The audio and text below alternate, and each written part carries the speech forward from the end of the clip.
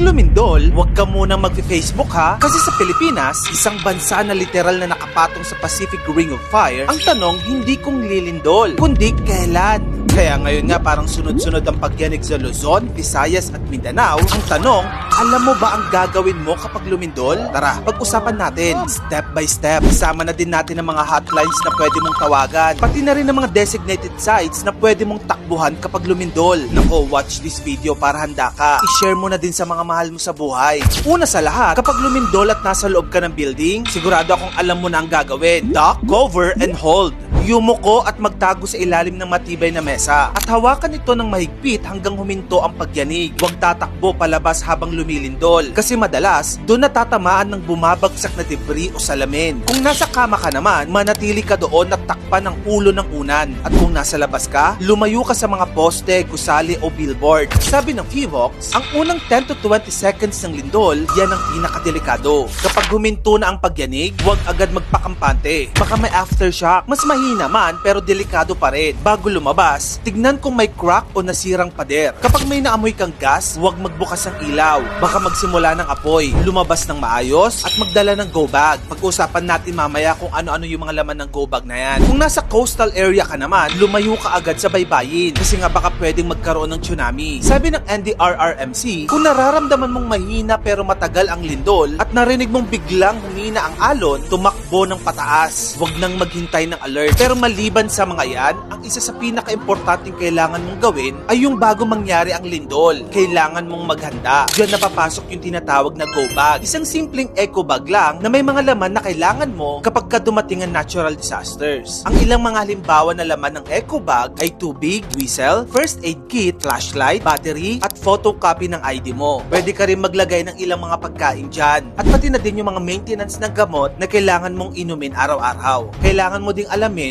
yung evacuation area sa barangay mo. Kung nakatira ka sa condo at apartment, magplano ka ng exit route at meeting point para sa pamilya mo. At ang pinaka-importante, huwag magpanik. Ang panik, mas mabilis na kumikitil ng buhay kaysa sa lindol mismo. Ito pa ang importanteng kailangan mong malaman. Mga hotlines dito sa Pilipinas na pwede mong tawagan in case of emergencies like this. Ipa-flash ko na dito sa screen at pwede mong i-screenshot para ma-save mo na sa cellphone mo. Share mo na din sa iyong mga kamag-anak. Kung taga Metro Manila ka naman, ito yung mga evacuation centers at staging areas. Ilalagay ko na rin sa screen at pwede mong i-screenshot in case of emergencies. Maliban sa mga yan, may mga athletic fields, sport arenas, churches, gyms, memorial parks, etc. Yun ay often designated by local government unit as evacuation sites. So yun na nga mga kamag-ano. Ang lindol, hindi natin mapipigilan pero pwede tayong maging handa. Sa totoo lang, mas delikado ang walang alam kaysa sa mismong pagyanig. Kaysa susunod na maramdaman mo na ang lupa ay